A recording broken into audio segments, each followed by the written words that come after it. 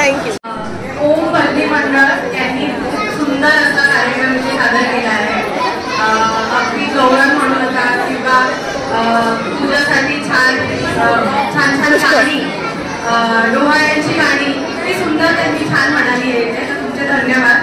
आमच्या पूजाला तुम्ही छान आशीर्वाद द्यावा आणि इथून पुढे पण असे कार्यक्रम असं तसं म्हणाले की आम्ही बादशालाही बोलवू तुम्हाला, तर नक्की बादशाला छान असं